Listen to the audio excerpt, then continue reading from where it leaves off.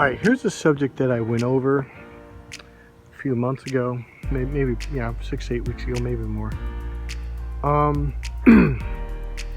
So someone had responded and said, I think it's okay to say because you actually did it publicly, it's that Evie, is basically you feel like you're just about over them, and then we're talking about narcissistic abuse, or it could be love, breakup, and then all of a sudden you start to hurt again, and you feel drained even.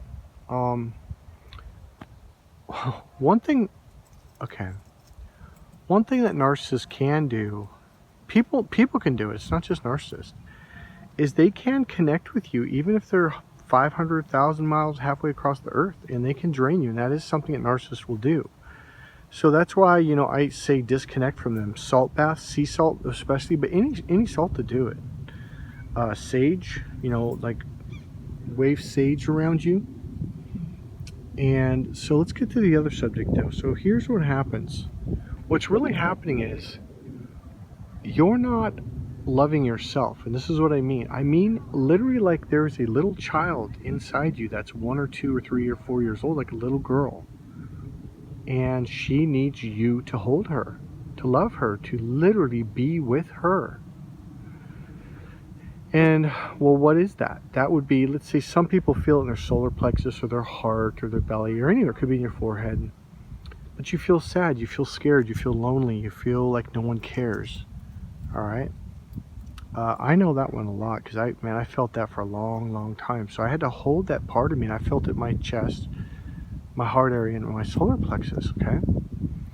So I had to, what I do, and I did it earlier today, is I just curled up in bed for about 30 minutes and I held myself. And you really relax into it to the extent you start to feel this emotion. In fact, that's what it is like. So let's say there's this emotion of hurt or loneliness or sadness in your body, your chest. You just kind of curl up and hold yourself and be with it. You could do it sitting. You don't have to be laying down, but I prefer to lay down. And when I can, I'll just kind of stop for a moment, and I'll mention, let's say I'm at work or something like that, and I'm sitting there, and if it starts to hurt and I feel sad, I'll just kind of notice where I'm feeling sad, in the forehead, maybe in the eyes, maybe the heart and solar plexus or gut. And I will just momentarily kind of expand my awareness and have an awareness of that area. And I will literally say, when I get home, I'll spend some time with you, okay? We're going to spend some time alone and be okay. Now, the reason why that is so key is here's what's really, really going on when it comes to narcissist abuse. So what Avery said was, well, actually I don't remember what she said, so I don't want to change it. But basically here's what happens is you're like, well, why do I miss this person? Here's why. Remember, narcissists are mimickers, and I believe it's because they're stuck in their animal brain, the lower reptilian brain, okay? And so I'm gonna wait for the card. All right, sorry, I got a phone call there. Okay, so here's what's happening is, so the question was, well, why do I feel so lonely still? Well, because and it's not your fault at all. The narcissist mirrored you, okay? They mimicked you. And what they do is they become you. They listen expertly. And it's funny because I was watching a YouTube video on there's certain predator animals that do this, and narcissists are predators. This is a predator tactic or technique. I mean, I'm talking about like lions and tigers and bears, and there's certain insects that will mimic other insects for defense, for protection, to trick other insects to come in so they can eat them. It's some animals do it. Some sea, God, I can't think. I saw a thing on YouTube also about the sea urchin or whatever it was. They do this thing, and the fish thinks it's an insect. In fact, I think the tortoise, the snapping turtle, does it. They have like a pink little tongue, and it looks like a worm, but it's not. So the fish actually goes into the tortoise's mouth and it snaps down. snaps the tortoise or whatever it's called, the snapping turtle, snaps down on the fish and kills it. So here's what's going on. What the narcissist did was they mimicked you. So the good news is, and this is the video that I said I made a while back, is you actually fell in love with yourself. Now here's why that's good news. Because most of us that are empaths or have been abused by narcissists, from childhood on, we were constantly told that we weren't good enough, that we're not good enough, that we're not good, that we're bad. We were we were taught and physically and emotionally abused to not love ourselves. And that's the thing. That's why we are constantly trying to get other people to love us. That's the whole thing. That's why empaths, if you want to call us that, we work so hard at making everyone around us happy. It's because we're not allowed to love ourselves. At least that's what we believe, because that's what most of us have been physically beaten not to love ourselves. Anytime we're happy, anytime we achieve something and we're happy with ourselves, well, what does the narcissist parent or brother or sister or even friend do? They punish you and they make sure you know that that is not acceptable. And they constantly are reminding you that you are not lovable. And it's all bullshit. And here's the thing, this is the good news. So when you fell in love with that person, you did not fall in love with them. You fell in love with an act, with something that they were faking. They were copying you and then feeding it back to you, your words, your values, your beliefs. And then at one point they turned and they became the devil, and then they started hurting you. Because here's the reason why they mimic you is it's like the snapping turtle. They want you to come into their web. And you did. Because you thought they were a good person like you. And here it is again.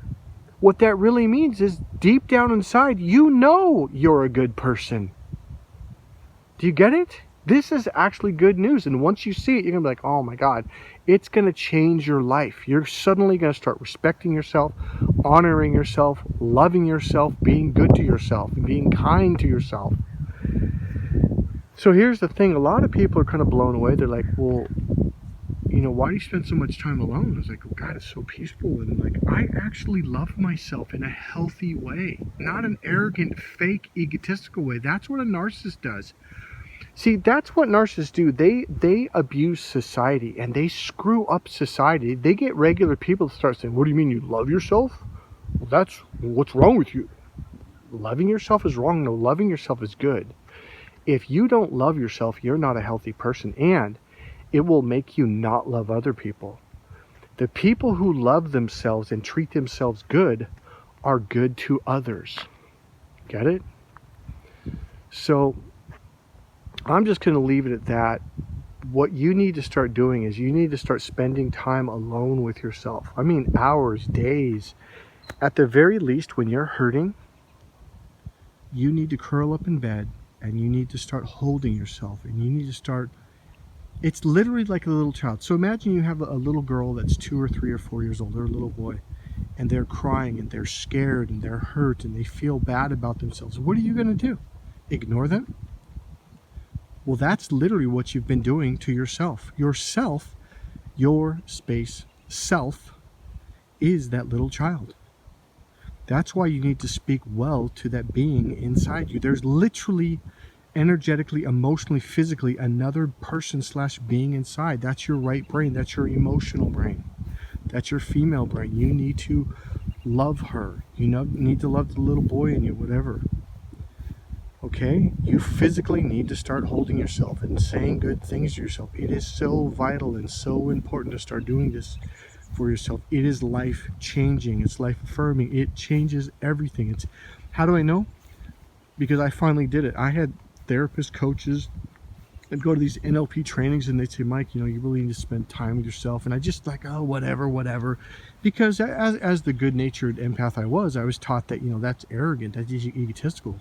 How can you love yourself? You should be there for other people. Yeah, but number one, you need to learn to be there for yourself, because this is literally how it works. If you don't know how to be there for yourself, if you haven't practiced that, if you're not good at that, if you're not good at loving yourself, at at noticing when the inner you is hurting, you're not going to be any good at noticing when other people around you are hurting that you care about. And you're not going to be good at loving them. It's just like, if you don't have $1,000 in your pocket, how can you give me $1,000? You can't. But when you have that $1,000, that $100,000, now you can give that to someone, or some of it. It's the same thing with self-love. If you don't have love, well, you don't have love. All right, I'll see you guys later. God bless you. Love yourself and be good to yourself. That is the key. And be compassionate toward yourself and forgiving. Don't be hard on yourself. That is the thing. It's a little child that you're being hard on that you don't realize. You know, the person you're hurting is this little young, sensitive. And here's the thing, that being inside is wide open emotionally. And it's looking to you for love. That man or woman or your mom or dad, they can't love that child inside you. The only person that is actually qualified to love the you inside you is you. Hey, this is Mike Colleen at MikeColleen.com. God bless you guys. I love you guys to death. MikeKollin.com. Make your life a good life. Start having fun.